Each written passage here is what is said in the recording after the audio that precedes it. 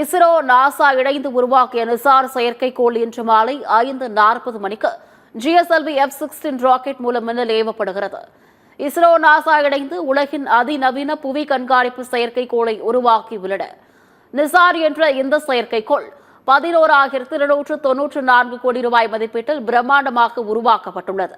இந்த செயற்கைக்கோள் 2,392 கிலோ எடை கொண்டது என தெரிவிக்கப்பட்டுள்ளது. புவி தாழ்வட்ட பாதை செயற்கைக்கோளான நிசார் பூமியிலிருந்து 747 கிலோமீட்டர் தொலைவில் நிலைநிறுத்தப்படும். 97 நிமிடங்களில் புவியை ஒருமுறை சுற்றி ஒரு நாளில் 14 முறை வலம் வந்துவிடும். புவியை அங்குலம் அங்குலமாக ஆய்ந்து இயற்கை வளங்கள் முதல் கடற்கரை கண்காணிப்பு வரை உள்ள தரவுகளை ஒவ்வொரு 12 நாட்களுக்கும் துல்லிய வரைபடங்களாக அனுப்பும். காலநிலை மாற்றத்தால் உலகம் பல்வேறு இயற்கை சீற்றங்களை எதிர்கொண்டு வரும் நிலையில் நிசார் அனுப்பும் தரவுகள் சூழ்நிலை மண்டலத்தில் ஏற்படும் மாற்றங்கள், பனிப்பாறை மாற்றங்கள், கடல் மட்ட உயர்வு, நிலத்தடி நீர் ஆதாரங்களின் அளவு மட்டுமின்றி சுனாமி, எரிமலை வெடிப்பு, நிலச்சரிவு போன்ற இயற்கை சீற்றங்களையும் கணிக்க உதவும் என்று விஞ்ஞானிகள் தெரிவித்துள்ளனர்.